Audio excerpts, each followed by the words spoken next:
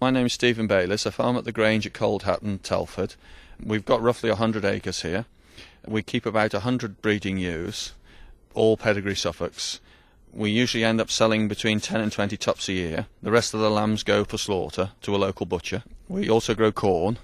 We had quite a problem with swayback this lambing time, and it took a while to diagnose actually through the veterinary service. We did do a blood test on the copper and we were very, very low. The veterinary service, to be fair, seemed to be very loath to use copper because of the problems of toxicity. But we've used it this time. We've used the Animax copper bolus and also the iodine and the cobalt. It does, as a general tonic, seem to work quite well with the sheep. When does your flock lamb? Oh, we start lambing at the beginning of January. And I guess that's when you will see the effects of the bolus on the flock. I hope so, yes. That's what we're really hoping for, to see a marked improvement in that. What was the level of the problem with swayback in the flock? It was quite considerable, actually. We lost probably 10 lambs, and we had another 5 lambs that were probably affected. And those are the ones that we sort of, when we picked up our ears and noticed, you know, we may have had 1 or 2 lambs that were born a bit tardy, which we thought, well, was perhaps just the weather. But it could have been a copper problem, looking back with hindsight. And those lost lambs mean lost income. Oh, definitely. Yes. And a lot more work, because they didn't die there and then.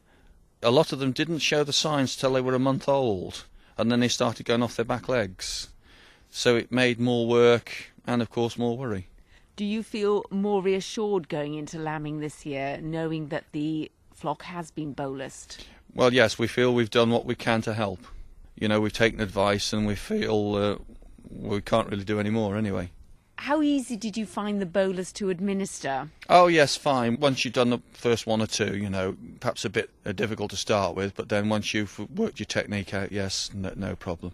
No problem whatsoever. Probably should see them true for about 6 months. And the cost would be similar to giving them admin minerals, and with admin minerals you don't know who's taking what. And actually, well, it's illegal to give them copper through the minerals.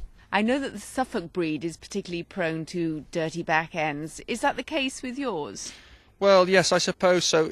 It's so much dependent on the weather, isn't it, and feeding regimes. But I suppose, yes, we could say we had a problem at times, but not a horrendous problem. And I would say perhaps the bolus has cleaned them up, yes. There's a possibility it has. It's probably too early for me to say emphatically yes, but certainly so far I'm pleased with the way the product's looking. Well, I think they probably look as well as they've ever looked. I haven't seen them looking as well as this for a while. Whether it's the boluses or whether it's the weather, certainly I'm pleased with the way it's looking so far anyway.